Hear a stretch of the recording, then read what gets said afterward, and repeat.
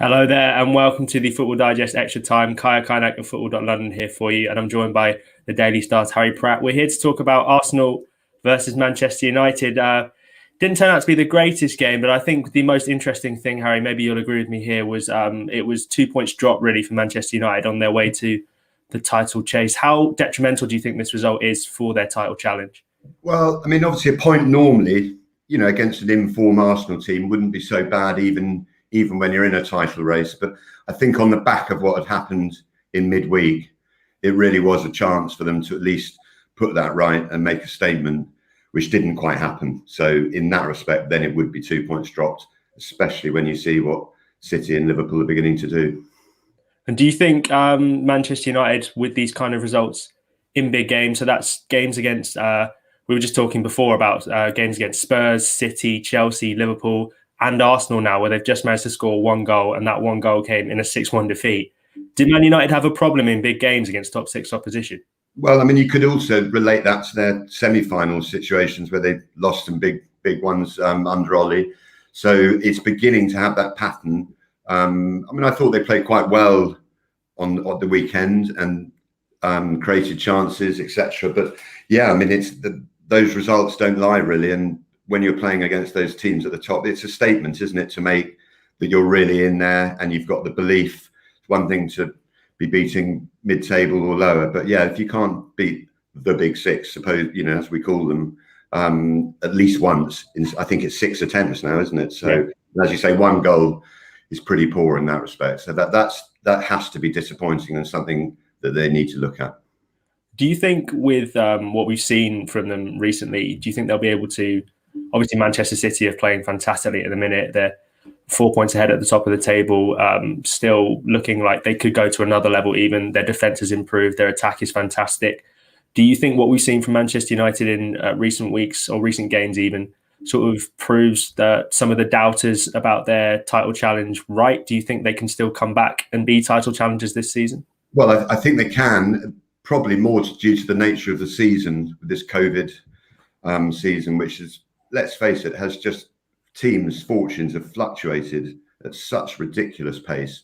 So, I think I've written off City, Liverpool, and now I was beginning to think I better write off United at the weekend, and look what's happened. So I think things change very quickly.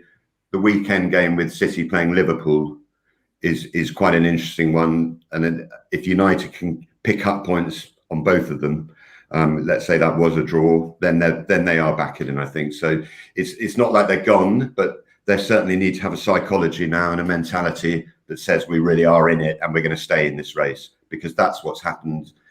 Having come out of nowhere to be in the race, they've rather let it slip, especially that Sheffield United game. I mean, that was crushing, I think, given where they were, and they should have been top, really, shouldn't they? So it's amazing how quickly things are changing in that respect, though. So it'd be wrong to write them off quite yet. One team I think we definitely can write off in terms of the title race is Arsenal. No disrespect to Arsenal fans, but I think they were a bit too far back. Although David Luiz, to be fair, after the game was saying that top of the table is his ambition. So, maybe that's something to look for. Maybe in this season, even that can happen. Who knows? Yeah, who knows? Crazy season. But yeah, exactly. Arsenal will probably look at the game as, rather than 2 points dropped, as 1 point gained. What do you make of their recent turnaround since Boxing Day? Well, I mean, I think it really has been a fantastic run. I mean, I was at the Boxing Day game when they played well, and he got lucky a little bit with the people being unavailable, brought in the young kids, and they clicked beautifully. And they've really gone on from there. And I think it's on Saturday that they had good moments in the game and they held their own, even when they had been under pressure at times. And I thought the defence looked very good. I think Holgate's is just getting better and better. Bernard Leno in goal, he's looking better, getting more confidence. And there just seems to be a general spirit and unity, and that might be to do with some of the ones that have left, as in Ozil, and the dressing room's better. And it's becoming Arteta's team now. And when they play with pace going forward, like most teams, but when they play with that bit of zip, they're looking good, and they're enjoyable to watch again, which they certainly hadn't been, for a good couple of months. And again, I mean, they're another remarkable story that on Boxing Day he may have been a defeat away from the on the brink, and it was getting that difficult for Arsenal hierarchy to stick with him, I think. And then you see where they are now, and they're flying. So, patience is a virtue there, definitely for the chairman. Yes, I think a few other teams in London may agree with you on that front. How much credit do you think Mikel Arteta deserves for being able to turn this around in terms of, obviously, he was very close to being sacked, and you mentioned the defence there as well. That's been a problem at Arsenal going back to the Arsene Wenger days. How much credit does Mikel Arteta deserve for fixing what was such an obvious problem? Well, I think, huge credit, and sticking with it when it was affecting them going forward. And that creates that, a lot of finger pointing. Oh, this isn't Arsenal, and they're dull to watch and tight at the back, but that's not what we want. And it was a wrong philosophy, wasn't it, for Arsenal, because they've been so used to good flowing football, even though they haven't been able to keep the goals out. But as we know, with all great teams, have to be solid at the back, and as we're seeing with City at the moment, their defensive record is extraordinary, and it enables you to win games which you weren't necessarily going to win on another season. And I think he has to take massive credit, Arteta, for everything that's happening there. Especially given the pressure he was under for a while. So he's doing well, doing good. Agreed on that front. Just one more thing is, how far do you think Arsenal can go? I mean, obviously they've turned form around. They're still shaky in some games. You look at the Crystal Palace game when they drew 0-0, that FA Cup game where they lost to Southampton. There's not that much strength in depth, and with injuries to Saka and Tierney and Aubameyang still out due to his personal problems, there's not that much strength in depth. So do you think Arsenal can realistically push for the top four this season, or do you think that's a bit beyond them? Well, I mean, there's a lot of other clubs in there. That's the point. So, if it was maybe just 6 teams, but there's so many teams who probably feel they have a chance and an opportunity, and games are sort of unraveling in ways we're not expecting with strange results. So in that respect, I think they have got a chance still, but they'll need to be on a heck of a run. And it's that consistency of performance which they've got at the moment. But if you think on Saturday, they were missing 3 key players and still held their own, and they'd got a goal in that second half, which the game obviously needed so badly anyway. That they could have easily gone on to take the 3 points. So I don't think you can write them off yet, but there are so many teams involved that it might make it a bit difficult. You mentioned they could have got a goal in the second half. There was obviously that fantastic chance for Willian at the beginning of the second half, which was probably one of the better chances in the game. Maybe Cavani had the best chance. Covering Arsenal this season, obviously you get quite insular and you get caught up in a bubble. I'm always interested to get perspectives from other people on the Willian situation. What do you make of it? It's a strange, such a rapid decline from the player we saw at Chelsea, who was never one of the best at Stamford Bridge, but he was always a solid performer. And to go from that to what we're seeing now, what do you think is the cause behind it? Well, I mean that is difficult without knowing what his pre-season was like, and just knowing everything that's going on within his environment. What I will say about Willian, I even remember with Chelsea, he would have phases where maybe he would look great for 10, 15 games, and then Chelsea fans would get a little bit fed up with him that he wasn't performing as well. So he does have those sort of runs where he starts really getting involved in games, but his sort of energy doesn't seem quite the same as it was when he was at Chelsea. But that might be to do with confidence and feeling that, that he's not quite knitting the team together as he feels he should be or wants to be. So it can have a sort of, knock-on effect that. But I do believe, I believe he's got a great personality. He applies him, Chelsea always applied himself.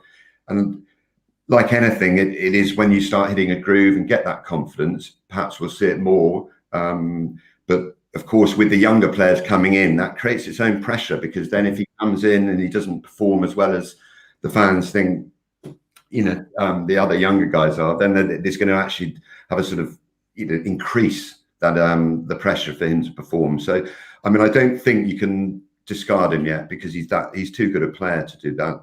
And I also believe Mikel Arteta wouldn't necessarily keep picking him, especially now, if he didn't, it didn't need to. So, or didn't want to. So, yeah, I mean, I think he has been disappointing, but then this season has been so quick. The amount of games, it must be difficult sometimes to pick yourself up when you're in that rut of form, because they're coming so thick and fast, and there's very little time to prepare in between games, isn't there? I mean, there just isn't.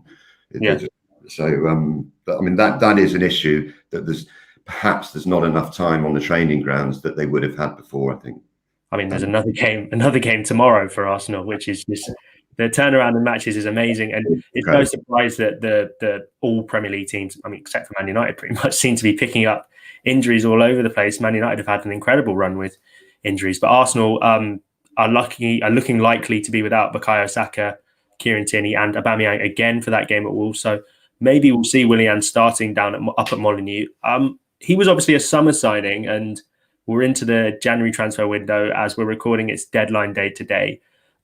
Before we touch on the deals that could potentially happen today, I just wanted to, we can talk about Man United's business later, or lack of business, but so far Arsenal have probably been one of the busier clubs in the Premier League. What do you make of their January transfer business so far? Obviously bringing in Odegaard, bringing in Matt Ryan from Brighton, and the young guy Omar Rekik as well, and getting rid of a few older players who weren't playing. Yeah, I mean, I think the lad from Real Madrid, Odegaard, I mean, he comes with great sort of reputation, and obviously wasn't getting enough chance at Madrid, but he clearly is a very bright player with good potential. So I think, he sounds like he'll fit neatly with that style of Arsenal. I think the keeper is a good one. I'm surprised what's happened at Brighton. I mean, he seemed absolutely number one for so long there. Seemed to play quite well. There's obviously been some big difference of opinion behind the scenes that's allowed him to go from number one to literally out the team there. But he is a good backup, and that will, give I think the whole defence confidence, because there was clearly an issue with the keeper going to Villa, who had done so well, and Martinelli and Martins. So in that respect, I think to have a solid number two is a really important thing. So good business, and obviously Ozil leaving, I think is that's a massive thing. He'd been such a weight around the club's neck for so long. Whoever's fault that was, from the clubs giving him too long a contract, too big a contract, to the player, whether his application wasn't correct, to the problems it must create in a dressing room when you have such a big figure who's not playing, not involved, and yet seems to be commenting on the social media. Yes. And that is a problem for a young manager, a new manager at such a big club, where you've got so many people watching everything that's said online or in public, really. So I think they're in a good position to go forward now. I really do.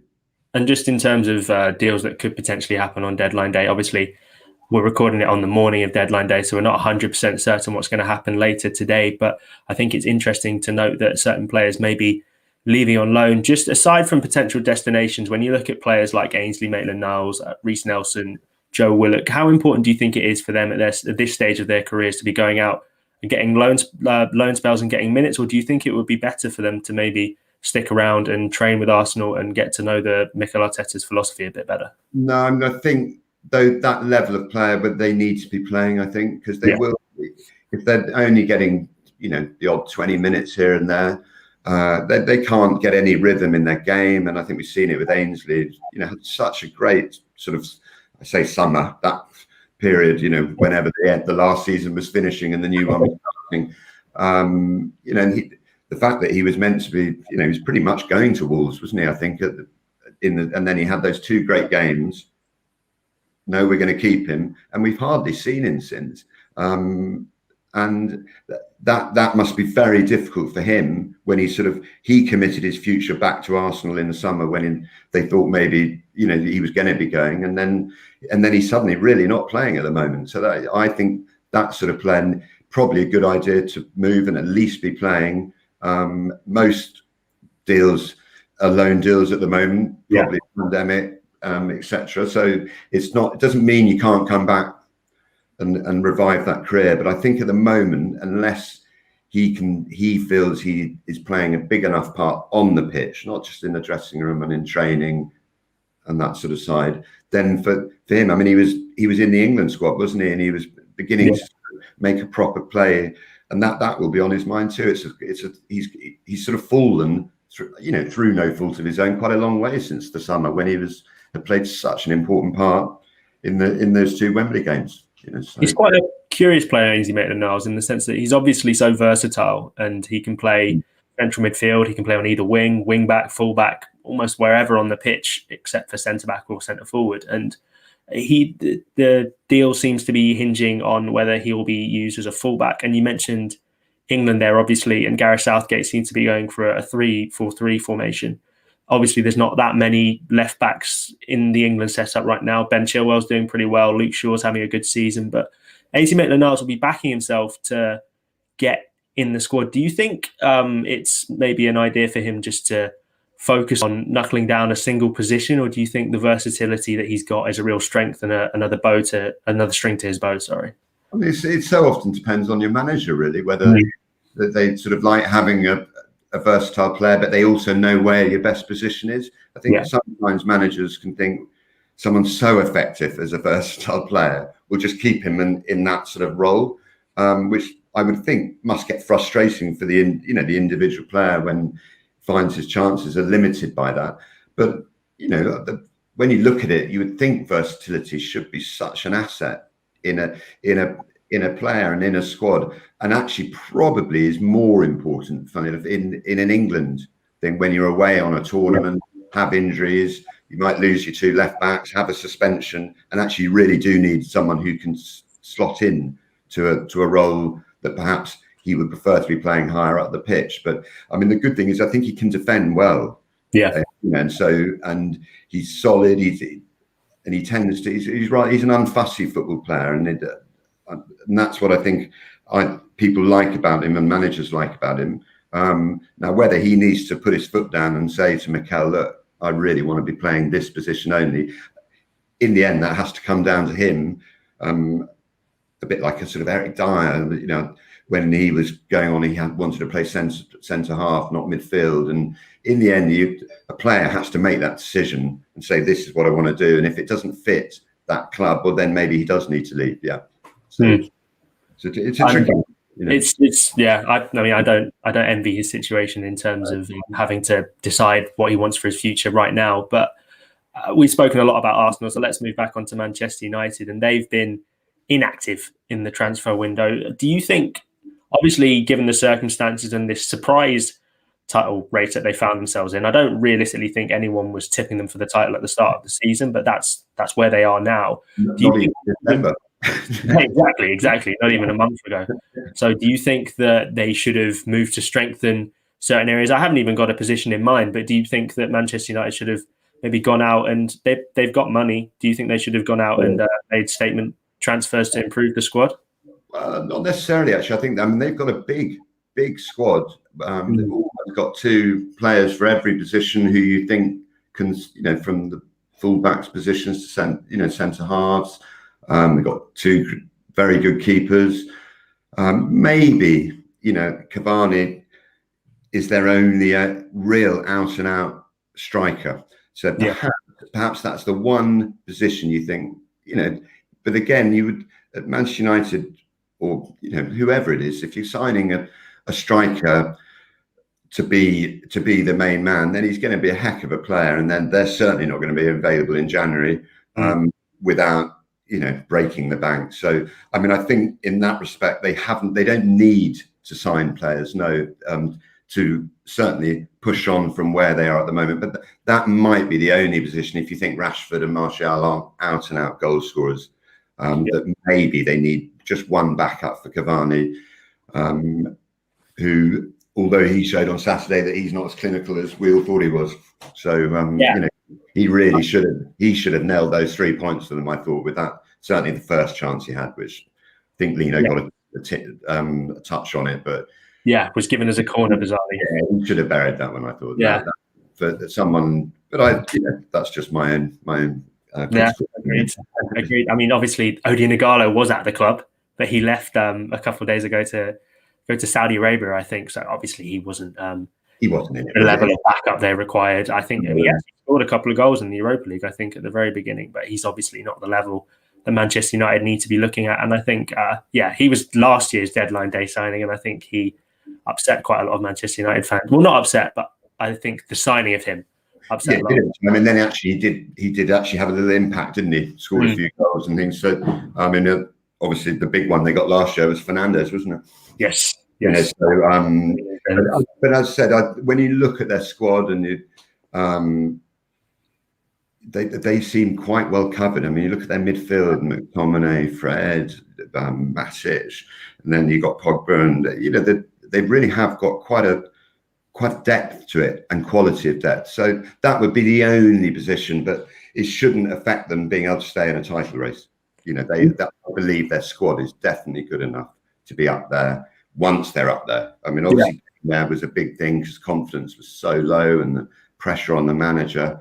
But once they got there, and they stayed there for a while, and they had a good result in the cup against Liverpool and good points at Liverpool, which was a typical Fergie performance, that 0-0 game, which actually could say was, you know, although United used to come and tend to tonk Arsenal, didn't they, for a while, you know, in the latter Wenger years.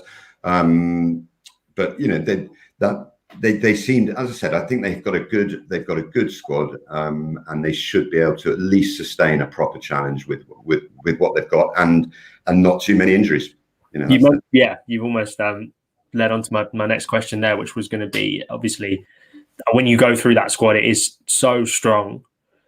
And if you look at teams like Manchester City, who are struggling with centre forwards, Jesus came back and scored at the weekend, but he's been out, and Aguero has been out for most of the season. Liverpool are looking to sign a centre-back today, but they've had Henderson and Fabinho playing at the back. Do you think Manchester United really, obviously no one was expecting them to do what they're doing, but do you think they should be taking more advantage of this than they seem to be doing right now? They're in second and there's a dip in this form, but this feels like a real moment for Manchester United. They may not have been expecting it, but that's the reality, and this is their chance to win the league. Do you think they really should be doing more with this opportunity they've been presented?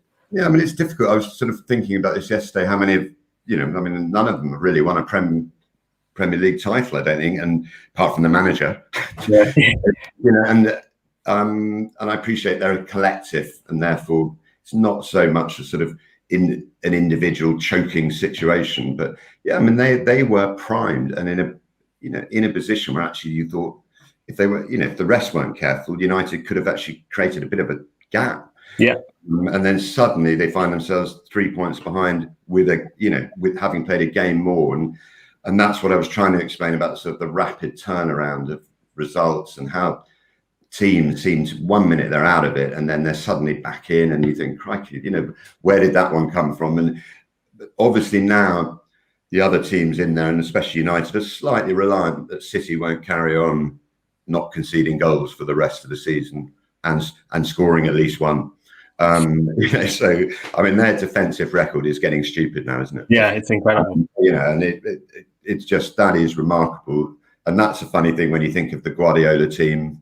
Yeah, they've locked down, excuse the pun, but and then okay, they haven't had Aguero, haven't had a, maybe, you know, what you're saying, out and out number 9, but when you see Foden and those lot coming in and contributing goals at the amount they are, we know they can score, you know, and Sterling hasn't really perhaps played as nearly as well as he was a year ago, and so they've got a lot still to come, I think, and that's the worry for United in that respect. That I looked at the table on, you know, Friday, and you could just suddenly see that crikey, City could suddenly pull away a bit. So I think it's a good thing that they've got Liverpool next for everyone else, and that Liverpool have actually suddenly maybe returned to something like their form of a few months ago. Agreed. It's very difficult to tell who's going to be anywhere at the top. I mean, it's way too early because it's a strange one, isn't it? It's obviously deadline day, which normally means midway through the season, but because the season started so much later, it's not quite getting towards the business end as it normally would be right now. So it's a little bit earlier. I know what you mean, but then it feels like it's the business end because there's so many games. I mean, you in 2 weeks you could have played 4 games, and that actually your season's gone or is really flying again. So everything seems quite business endy, even though we're only halfway through it. I think also the Champions League, when that comes back in, I mean, I think February is quite a tricky month for City with some of their games. So although I can't remember what their incredible run they're on at the moment of, successive wins, but of course one dent in that can completely change the psychology of a team anyway, especially if they've got a difficult game or they've got Europe coming up. So there's a bit to go, but everyone needs to watch that they don't start getting away, because once they get a gap, then they will be difficult, very difficult to catch. And something away from the title race, and something after the game on Saturday that happened that we really should touch on, is Marcus Rashford was the latest player in the last week to be the victim of some really unsavoury abuse on social media. And it seems it's really, obviously, players taking a knee before the game is keeping it in the mind's eye of every fan watching the Premier League, every person involved in the Premier League. And it seems to be on the rise right now, especially in the past week. Axel Tuanzebe, Reece James, Romain Sawyers, all targeted on social media. It's obviously really dispiriting to see. And what do you think? There's something that, do you think authorities are doing enough right now to cope with what's obviously a difficult thing to tackle in individual cases, but in terms of a collective, do you think people are doing enough? Well, I mean, I think that the whole sort of taking of the knee, that, absolutely should continue, to keep putting it in, well, actually in people's faces, literally. After the game, I'd watched, when I got home on Saturday, and I was watching another game, which I can't remember which one it was, one of the other live games after the Arsenal, and that Micah Richards tackling racism, I think it's called the programme, and I just thought it was for all the wrong reasons, a sensational programme that actually essential viewing for everyone to be watching. I mean, and we all think we have a good perspective of it and a knowledge of it, and crikey, those sort of programmes really ram it home what the players go through on an individual basis. And it's very easy to think, oh, why have they got an Instagram account and this sort of nonsense, but it's got nothing to do with it. I think when you talk about the authorities, as in, I presume you mean the sort of social media. Yeah. Now, obviously, it is difficult. I mean, I think possibly the best way, if they can come off it to make a stand, is they will come off these platforms. That can make quite a big impression, and it also it registers with other people on the platforms, the punters. Because that's their sort of their medium they go to use, so that makes a big statement. But yeah, of course, the authorities need to do more, and education of the younger generation and the next one up. And it was interesting. I can't remember who it was saying on the Micah Richards that sometimes as you get an older generation, you almost have to leave them behind, because you're not going to be able to sort of change them and educate them enough and actually concentrate on the ones that are more relevant. But it just seems to, one person does it and then it triggers this space of it. Yeah. Then on the other hand, how many incidences and posts do we not even hear about? And that was the thing when I thought the Micah Richards show, which as I said, it really, it made me sit back and really watch. I thought it was just essential viewing, and how often they are putting up with it. And you talk about social media, but we're talking every walk of life, and it's it's a shocking, shameful state of affairs, really. It's and very sad indeed. It's a credit to Marcus Rashford and all the players over the past week who have spoken out on social media. We've spoken there about how in the past we may not even have known it was going on so much. Obviously, people knew it was going on, but it wasn't in their faces, as you were saying, and it wasn't being shown up as consistently as it is. And I think just looking at the social media post Marcus Rashford put out, the most depressing thing for me looking at it was the people in the comment section saying that, implying that he deserved to be targeted purely because he'd had a bad performance. Personally, I didn't even think he played that badly, but the chance that he missed in the first half, they were sending screenshots of that saying, focus on your football. I think how he played on the day is irrelevant to the abuse. they're not. I don't think it's actually really. They're just using that as an excuse. Yeah. Yeah. Someone makes a mistake. Oh, let's pick. Let's do it because we know. And it's coming. And as I said, it's not about. I don't think necessarily they've had a bad game or done something wrong on the pitch. Well, obviously it's not. It's got nothing to do. Of course not. It seems like me. It's almost like they're watching games, waiting for someone to make a mistake. Then let's all attack him. And it's the way it seems to trigger, as I said, a flow of them. Although maybe that's people making it public, and we're not, and that's the shocking bit. Perhaps we're unaware of how relentless these comments coming through are. But it's got to be down to these platforms to be far more aware of it. I mean, you can be banned on Facebook now for doing nothing, sort of sending a link of some conspiracy theory, and you get blocked for 28 days. Not this happened to me, but a few of my friends, totally nothing to do with anything particularly untoward. So it is obviously quite possible to get and nail this and block them. And it's actually down to, it's definitely down to what we say, the broadcasters or the mediums, to take better action on this, because there's only so much the individual players can do other than just come off the platforms, and actually maybe that will be a dent in the finances of these platforms, that it will make them think. But they have to take responsibility for it and look at ways they can come down on it much harder, and then also be able to report these individuals to the police. That's really important. So, well, it's a sad note to end the show on. It is. Unfortunately, we are going to have to bring things to a close.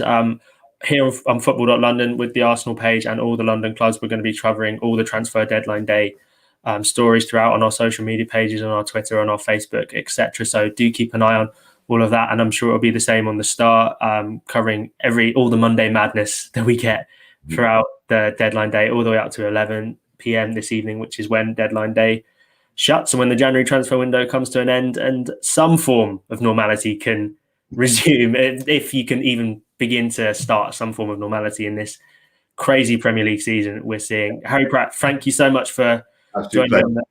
Thank you for joining me on the Football Digest Extra, and thank you all for watching and listening. Cheers.